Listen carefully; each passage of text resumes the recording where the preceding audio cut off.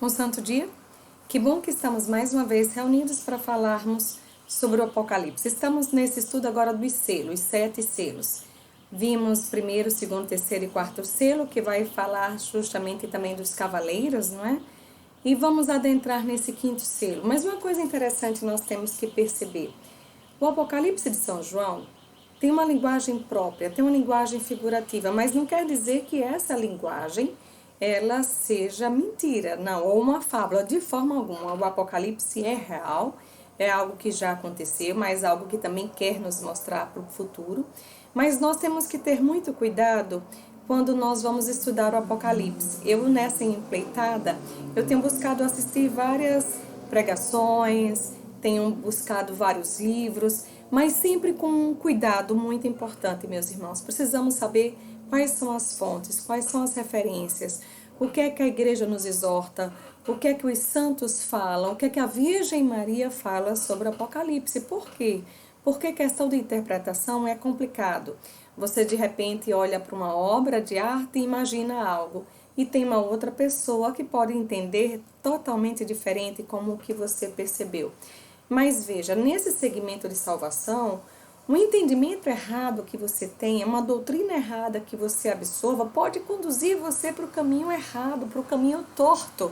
E o caminho torto não chega a essa salvação de Deus, entende? Então, por isso que eu exorto a vocês sempre muito cuidado, muito zelo, quando estiverem estudando o Apocalipse. Digamos, a gente pega essa imagem e de repente uma pessoa vê, percebe algo e o outro entende de uma maneira bem diferente.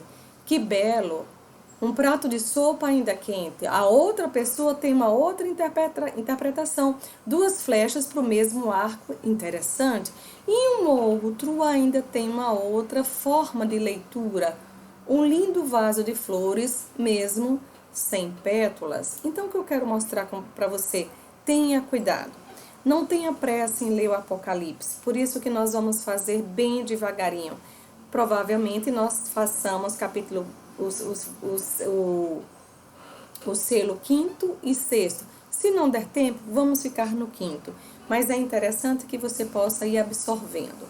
Então, todas as leituras, quando nós fazemos, a gente tem que ter entendimento que tem uma expressão, não é? Que tem uma interpretação literal, mas também tem um entendimento simbólico.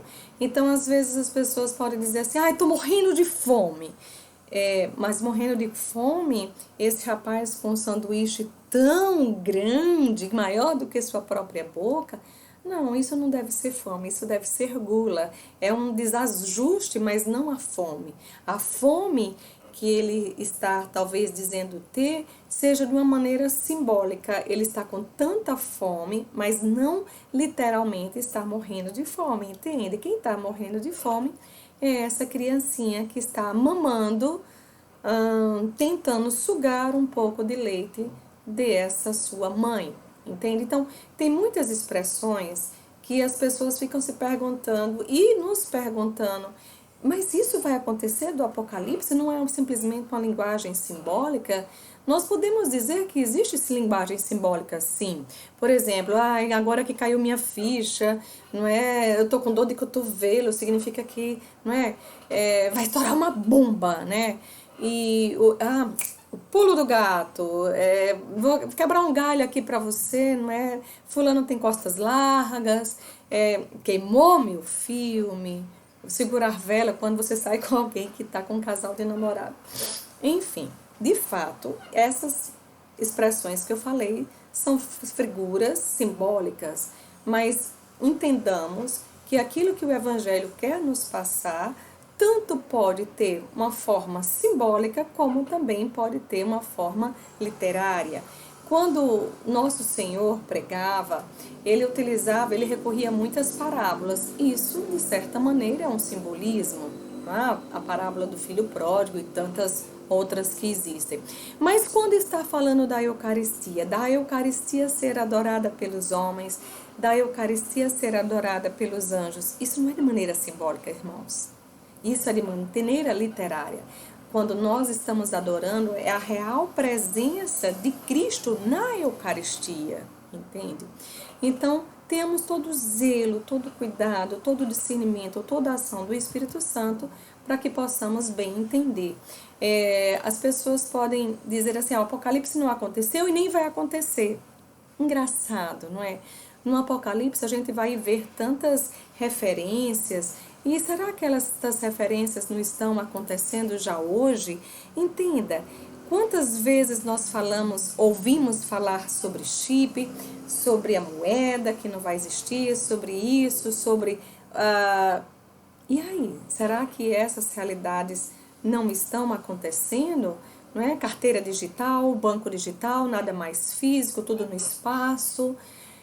Apocalipse 13, 16, 17 diz assim: conseguiu que todos, pequenos e grandes, ricos e pobres, livres e escravos, tivessem um sinal na mão direita e na fronte, e que ninguém pudesse comprar ou vender se não fosse marcado com o nome da fera ou o número do seu nome.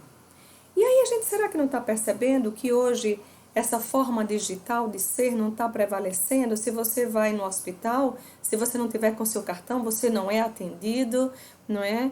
Você está investindo o seu dinheiro, a moeda que hoje fala, o governo geral, será que não está acontecendo? Será que essa marcação que vem pelo chip não está propondo vantagens como identificação e controle?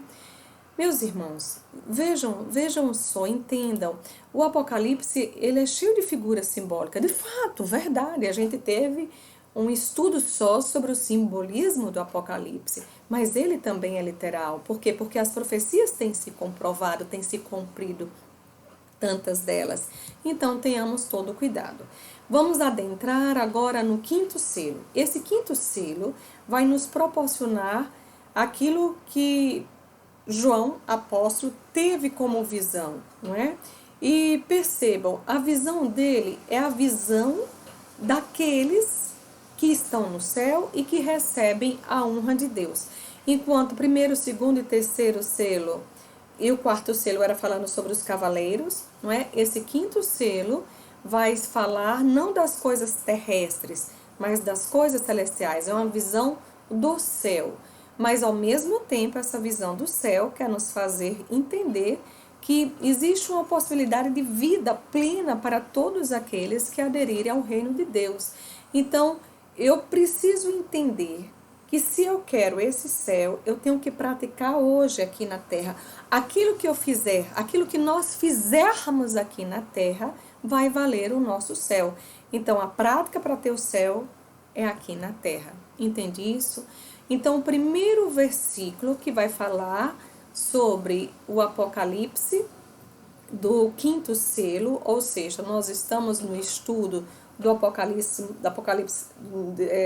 capítulo 6. Quando abriu o quinto selo, vi debaixo do altar as almas dos homens imolados, por causa da palavra de Deus e por causa do testemunho do que eram depositários. Lembrando sempre a vocês, essa parte laranja que aparece é a citação bíblica, tá bom? Então, para que tenhamos o entendimento literário, não é? Daquilo que é o simbólico no Apocalipse, nós precisamos recorrer muitas vezes ao Antigo Testamento. Então, o que seria esse altar? Por que as pessoas, né, as almas dos homens imolados estavam no altar? Veja só, vamos entender o significado do altar para podermos decifrar, decodificar aquilo que é a linguagem que precisamos entender. O altar de bronze do sacrifício. Você pode ver em Crônicas, não é? Capítulo 4, versículo 1. Construiu também um altar de bronze de 20 côvados de comprimento, 20 de largura e 10 de altura. Então, era um hábito que eles tinham. E o que significa essas almas imoladas? É o povo de Deus que está intercedendo pela vitória e pela glória de Deus. Ou seja, são os santos, são os mártires, são aqueles que aqui na terra deram sua dedicação, resplandeceram com o seu testemunho de verdadeiros cristãos. Então, entendamos, nós vamos passar por situações de opções de vida, de escolha de vida, de destino.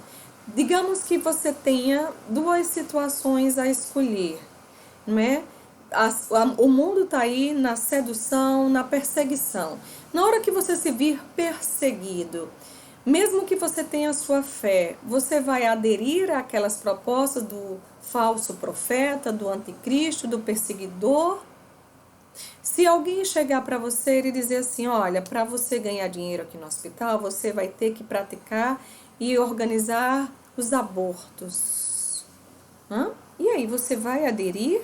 Você vai deixar a sua fé? Ou você, consciente do que você pode passar, de perder seu emprego, de perder sua carteira, você vai dizer, não, não quero. Eu quero continuar com o Senhor, eu quero continuar com as minhas convicções. Entenda, meus irmãos, esses que estavam debaixo do altar, esses que foram imolados, eles foram imolados porque mesmo na perseguição, mesmo no sofrimento, mesmo no martírio, eles continuaram firmes em Cristo. Mas temos que entender que essa capacidade, essa resiliência, não é? Esse sofrimento só vai ser constituído, só vai ser construído na minha pessoa, na sua pessoa, se você for um homem que hoje busca viver no altar do Senhor. Você só consegue ser esse imolado um dia debaixo do altar se hoje você buscar o altar, compreende? Você só vai estar nessa posição desses mártires se hoje você buscar o sacrifício da Santa Missa. Aquilo que nós fazemos hoje vai determinar o nosso futuro. Entende isso, gente? Aqueles que são apóstatas não estarão sendo absorvidos na graça de Deus. Então, uma convicção é necessária para que tenhamos o entendimento de suportar tudo o que vamos passar, tudo aquilo que vamos ter que enfrentar. Após a morte, estaremos na presença de Deus. Tudo bem? Aí, eis a questão. Onde você quer estar? À direita ou à esquerda? Você quer escutar, vinde, filhos benditos do meu Pai, ou ide para o fogo eterno? Os mortos ainda não ressuscitaram. A ressurreição dos mortos se vem depois. Por isso que se vê apenas as almas deles. Quando a gente fala aqui, as almas dos homens imolados, é porque esses homens ainda não ressuscitaram, entenderam? Eles ainda vão ressuscitar. As almas sobrevivem sem o corpo e são conscientes. Essas almas que estão aqui não estão lerdas, não estão paradas, não são inanimadas. Elas são conscientes, não é? E elas estão em louvor, elas estão em adoração, elas estão em intercessão. As almas, mesmo que não tenham ressuscitados, mas elas agem de forma consciente. Os que estão em Deus terão posse do reino, os que não estão com Deus não terão posse desse reino. Os fiéis selarão com o próprio sangue seu testemunho, preferirão a morte à apostasia. Essa é uma das questões para você. Nós vamos sempre fazer com que essas formações sirvam de reflexão. Então, a primeira reflexão, a primeira causa para você pensar. Se hoje fosse para definir morrer, entregar a vida ou apostar, tá? Ser uma apóstata da fé, qual das duas opções você faria? Se você tivesse que ser atendido no hospital e tivesse que ser marcado com chip, você ficaria em casa? Você ia querer ser atendido de toda forma, mesmo que tivesse que aceitar aqueles padrões que não são da igreja? Entende? Então vamos mais. Essa questão do sacrifício, que tanto a gente vai falar do cordeiro imolado, nós temos que perceber a história. Lá desde Gênesis já vai ser falado sobre esse sacrifício. Gênesis 22:3 vai ser quando o pai, não é, Abraão, ele tem que fazer aquele ato de entrega de louvor a Deus, e é dito para que ele pudesse cortar a lenha, para que haveria um holocausto, não é? E quando ele chega lá, ele percebe que provavelmente o holocausto será de seu filho, é o sacrifício, o ofício sagrado. Sacrifício significa ofício sagrado. É a prática de oferecer a Deus. Então, o que as pessoas ofereciam a Deus? Suas colheitas, não é? A sua vida designada como vítima. Então, você hoje que vai para a Santa Missa, você não está levando ovelhas, você não está levando... Você está se levando, meu irmão. Você é a vítima. porque lá vai se encontrar com aquele que é a vítima, entende? Mas nós precisamos nos entregar. Como é que eu vou me entregar, Mara? Com as minhas abnegações. O que é que você pode abnegar hoje para que seja entregue ao Senhor? Não é? Quais são as renúncias que você precisa fazer para que o outro possa viver? Então, o sacrifício, desde a época do Gênesis, já acontecia. Nós vamos entender bem o pensamento de São João quando nós buscamos viver as Escrituras, porque João, o discípulo amado, foi um discípulo que muito conhecia as Escrituras, muito ele esteve partilhando com o próprio Cristo, ele sabia das histórias, não é? Do Velho Testamento. Então, no livro do Levítico, é um livro que é endereçado a todo Israel, né? E temos que perceber que foram gravações, digamos assim, dos discursos que Deus fez a Moisés. E Moisés colocou muito do entendimento dele dentro desse livro do Levítico. Percebam as instruções de como seriam as práticas de imolação, as práticas e rituais de sacrifício, tem muitas descrições nesse livro. Moisés que recebeu a missão de repeti-la aos israelitas durante o Êxodo. Então, a narrativa de como realizar as práticas de sacrifício a gente pode encontrar as ofertas no tabernáculo e como se portar enquanto estavam acompanhados à volta da tenda do santuário. Esses rituais, eles são formas de se obter. Por que eles buscavam o sacrifício? Para obter o quê? Para obter o perdão e para se purificar das suas impurezas, para que Deus possa continuar a viver no tabernáculo. Então veja, o apóstolo João, que compreendia o sacrifício, tem uma visão do quinto selo, e o quinto selo é justamente o quê? Aqueles homens e mulheres que estavam sendo imolados, não é? Justamente no altar do sacrifício. E aí ele vai se reportar a esse conhecimento que ele tinha. Então, os rituais de expiação envolviam sempre sangue, tudo bem? Esse sangue ou ele era aspergido ou então ele era derramado. E ele simbolizava o quê? Simbolizava a força, a vida. E esse sangue tinha essa capacidade justamente de expiar, de limpar, não é? De absorver o pecado. Então, muitas vezes, através do sacrifício, o que é que o sacerdote fazia? Ele ia expiar um pecado, não é? E pedir o perdão da ofensa de uma outra pessoa. Mas não significava que aquele sacrifício que era exposto, que era doado, seria necessariamente aceito por Deus. Se Deus aceitasse o sacrifício, ele estava perdoado. Então, Levítico 4:7 vai nos dar essa referência. Em seguida, porá o sangue dos cornos do altar dos perfumes aromáticos que está diante do Senhor na tenda da reunião, e derramará o resto do sangue do touro ao pé do altar dos holocaustos, que está à entrada da tenda da reunião. Então veja, em Levítico, esse sangue era derramado no pé do altar. E agora, em Apocalipse, a gente vai perceber que acontece também essa mesma situação. Deixa eu voltar aqui um pouquinho, olha só. Então, é justamente quando abriu o quinto selo, vi debaixo do altar as almas dos homens imolados. Entende? Então, aonde no Levítico acontecia no pé do altar, aqui em Apocalipse é a mesma figura que ele também vai ter, certo? Mas entenda, todos esses sacrifícios que aconteceram no Antigo Testamento vai se reportar ao grande sacrifício, a grande imolação. Que imolação é essa? É aquela imolação que acontece no Calvário, não é?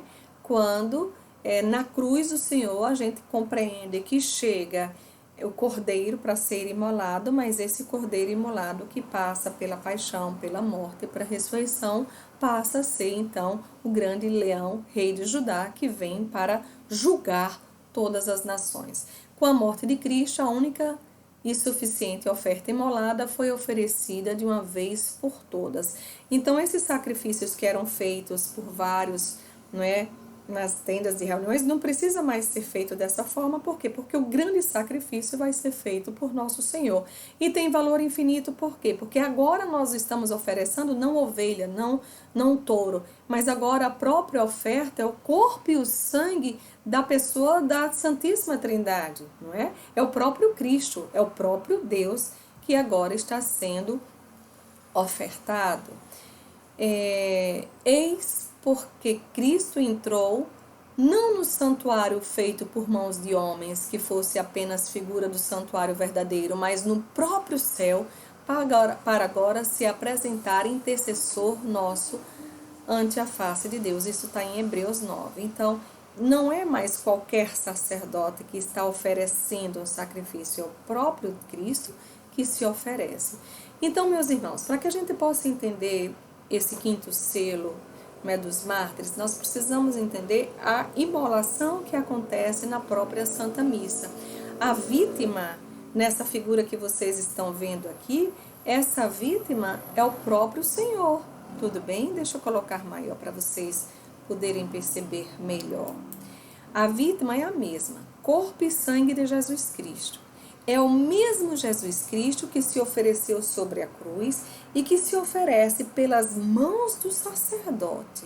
Veja, é o mesmo. Oferecido sobre os altares cristãos, debaixo das espécies de pão e de vinho, em memória do sacrifício da cruz. Entende isso? Então, vocês podem perceber, mas Mara, é o mesmo sacrifício, é o mesmo oferecer? O que vocês precisam perceber? No Calvário a imolação foi visível e foi cruenta, tinha o sangue. E na Santa Missa a imolação é incruenta e é sacramental, mas é o mesmo Cristo, é a mesma vítima. Jesus Cristo aplacou a justiça divina, adquiriu todos os merecimentos necessários para nos salvar. Então, através dessa posição de nosso Senhor, Ele pode salvar. Então, quando São João vê aqueles que estão imolados e esse sangue está no pé do altar, então vai ser esse sangue dos mártires que está se juntando, não é eles como vítima, que está se juntando à vítima maior, que é o nosso Deus. Então, entendamos, se nós queremos ser esses que estejamos com Deus, participar como mártires, se for o caso, se esse for o nosso chamado, nós temos que ser pessoas que estejam buscando a convivência com outro altar, não agora do sacrifício, nosso sacrifício, mas o sacrifício onde ocorre a entrega do próprio Senhor, do próprio Cristo, digamos assim. Então vejamos, os sacerdotes cristãos oferecem o sacrifício da missa para 4 fins, tá certo? Adoração, reparação, petição e agradecimento.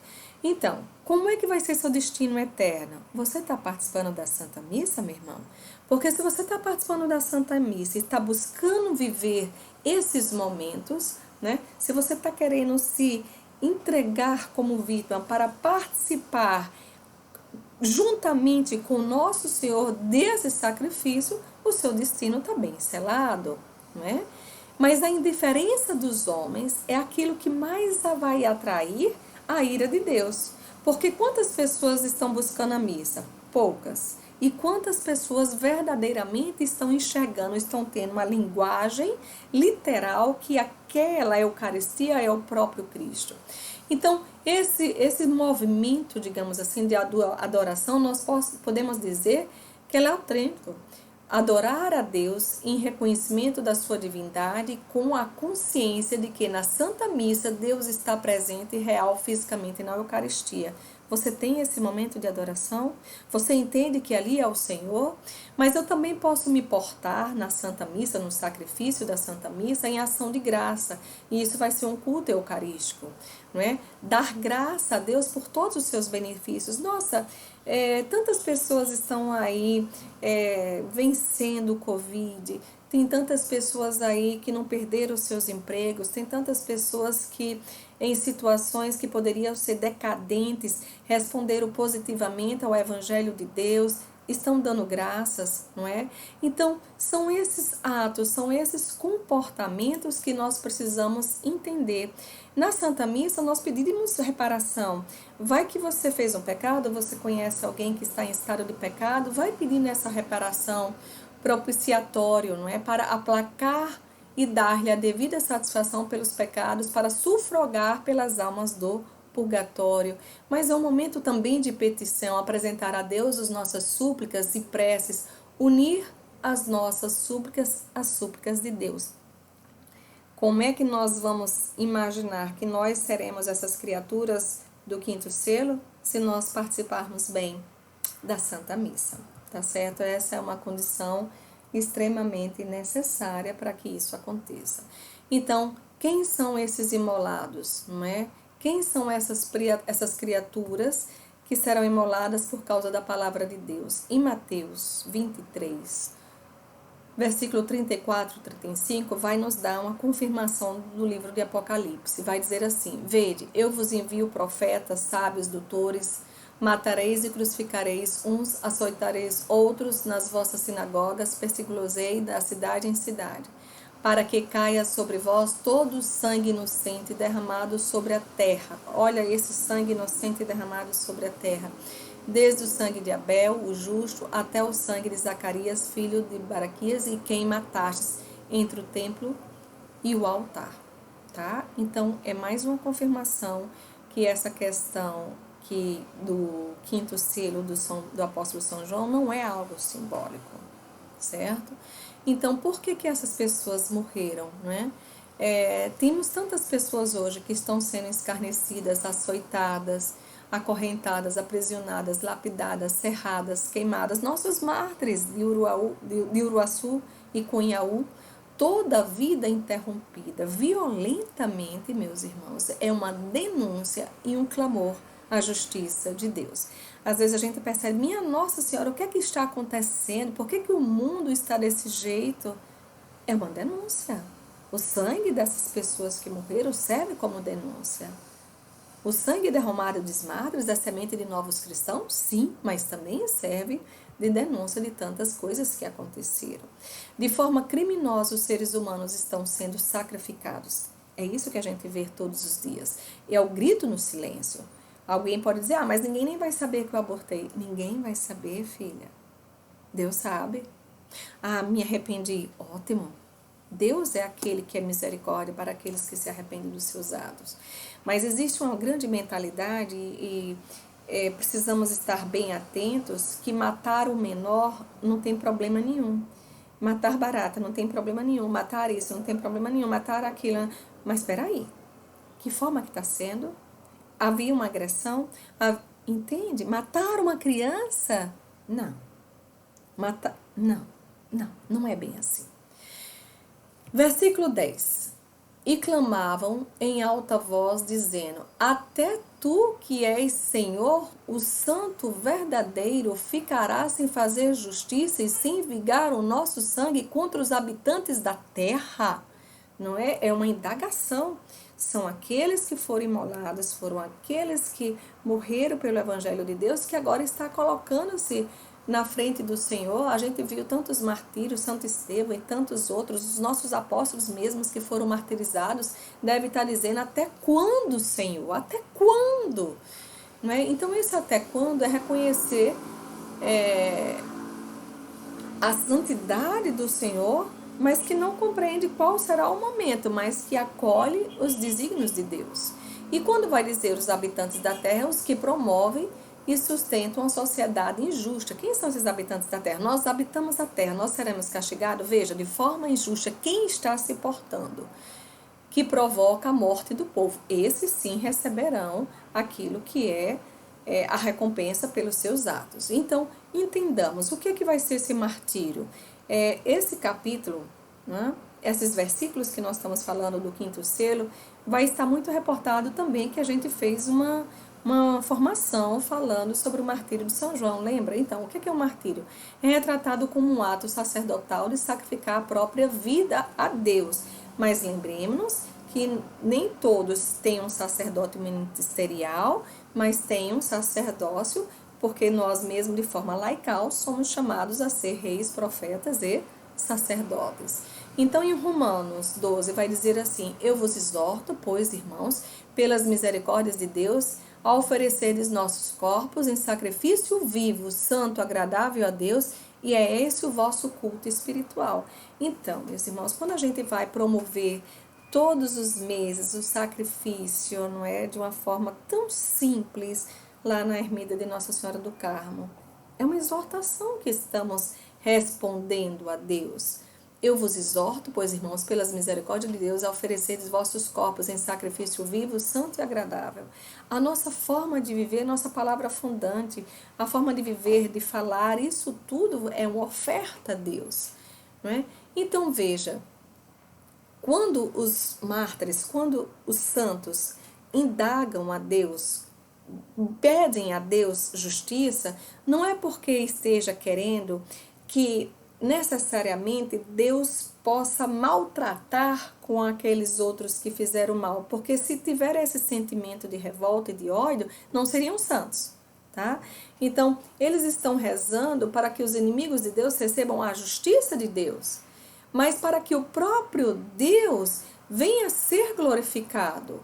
Estão de acordo com o que eles fizeram? Não. Mas eles estão de acordo que Deus venha fazer o seu julgamento, quando os seus corpos sem vida serão ressuscitados e o reino de pecado será destruído. Então, eles desejam sim que esse reino de pecado seja destruído.